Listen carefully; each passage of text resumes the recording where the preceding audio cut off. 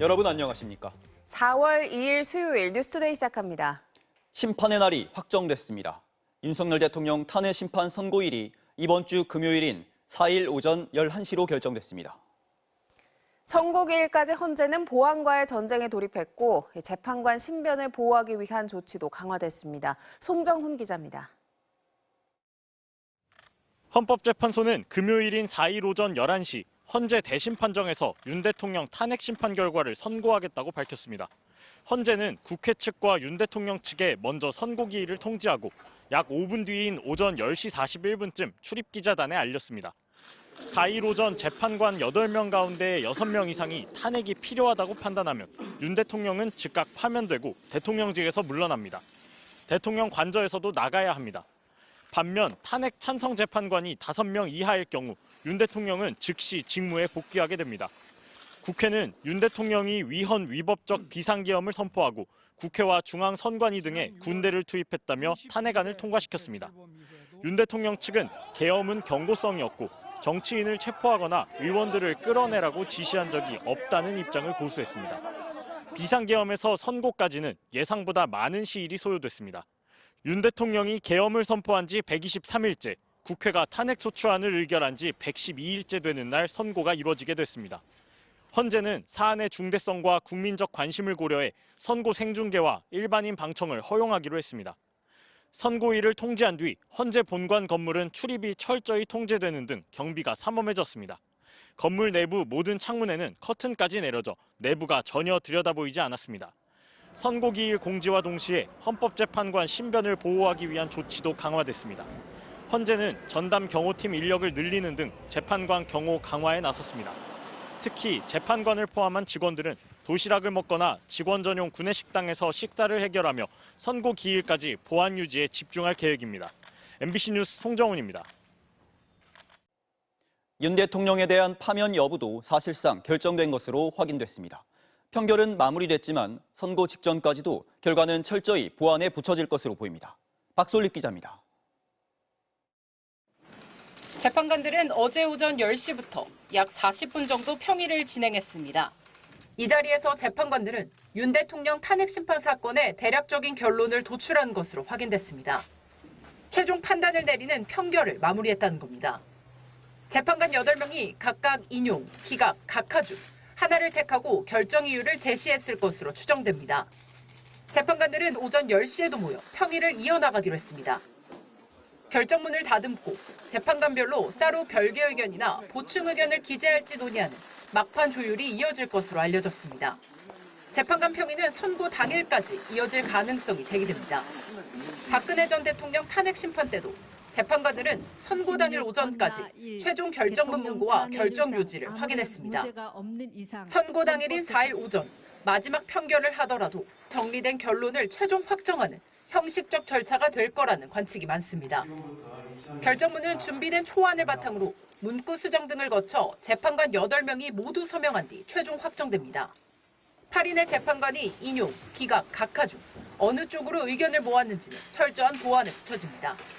헌법재판관 TF팀 내 담당 연구관들이 결정문 수정 작업 등을 쪼개서 진행하고 있는데 각 연구관끼리 내용 공유도 이뤄지지 않는 구조인 것으로 전해졌습니다.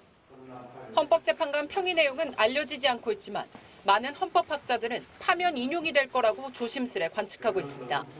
헌법학자 100여 명으로 구성된 헌정 회복을 위한 헌법학자회의는 이번 헌재 결정이 내란의 망령을 뿌리치고 민주주의의 회복을 가지고 올 중요한 분수령이 될 것이라면서 재판관 전원 일치 파면 결정을 촉구했습니다. 탄핵소추안 국회 측과 윤석열 대통령 측은 선고일 지정 이후 별도의 입장을 밝히지는 않았습니다. MBC 뉴스 박솔립입니다. 선고가 진행될 헌재 앞 경비도 강화되고 있습니다. 헌재 주변 100m를 이른바 진공 상태로 통제하겠다는 경찰의 조치도 본격적으로 시작됐는데 한 달 가까이 농성을 이어온 윤 대통령 지지자들의 천막도 자진 철거했습니다. 조건희 기자입니다. 헌법재판소 정문 바로 앞에 설치된 천막이 하나둘 치워집니다.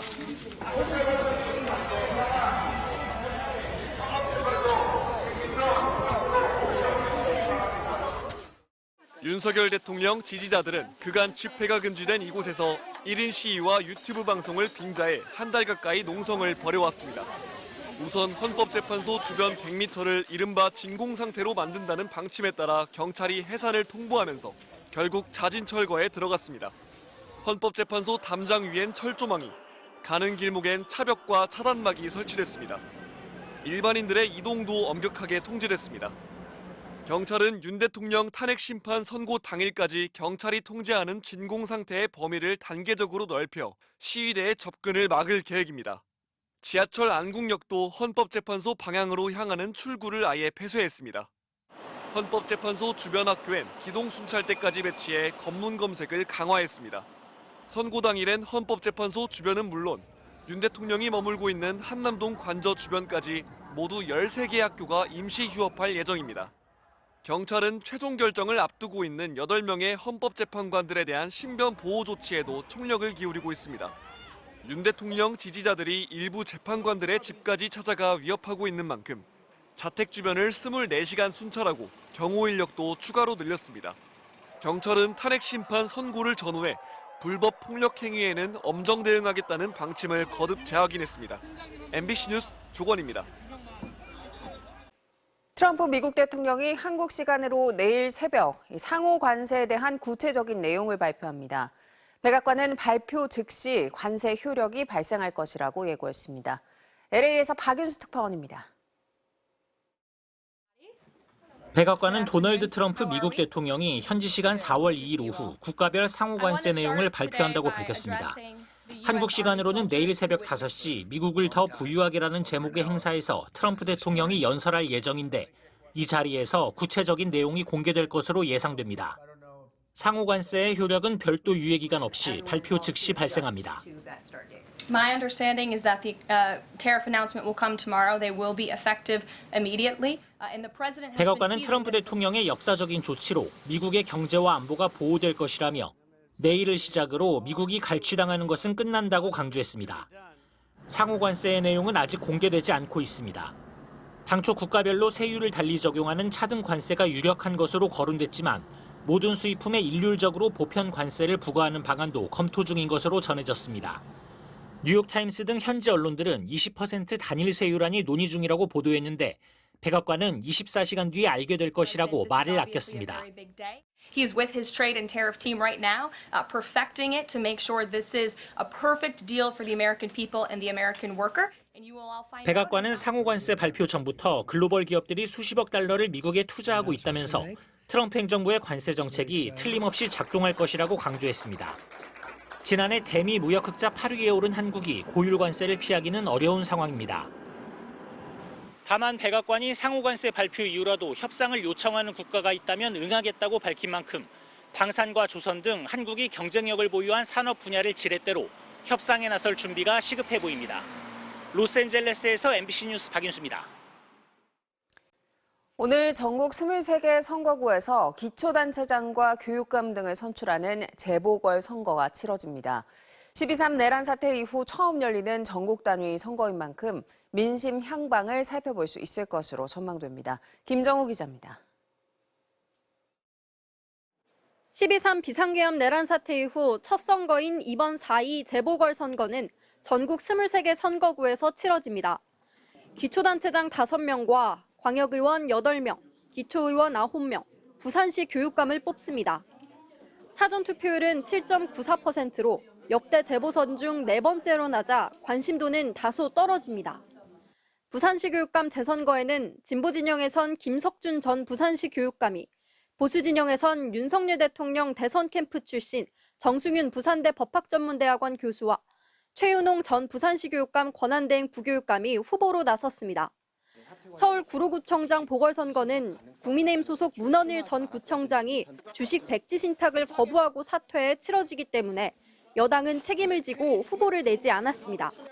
대신 윤상현 의원이 자유통일당 이강산 후보의 지원 유세에 나섰고 야권에선 민주당 장인홍 후보, 조국혁신당 서상범 후보, 진보당 최재희 후보가 출마했습니다. 전남 담양군수 재선거는 문재인 정부 청와대 행정관 출신 민주당 이재종 후보와 삼선 군의원 출신인 조국혁신당 정철원 후보가 맞붙습니다. 충남 아산시장 선거에서는 천안 부시장 출신의 국민의힘 전만권 후보, 아산시장 경력의 민주당 오세연 후보, 자유통일당 김광만 후보, 새미래민주당 조덕호 후보가 경쟁을 벌입니다.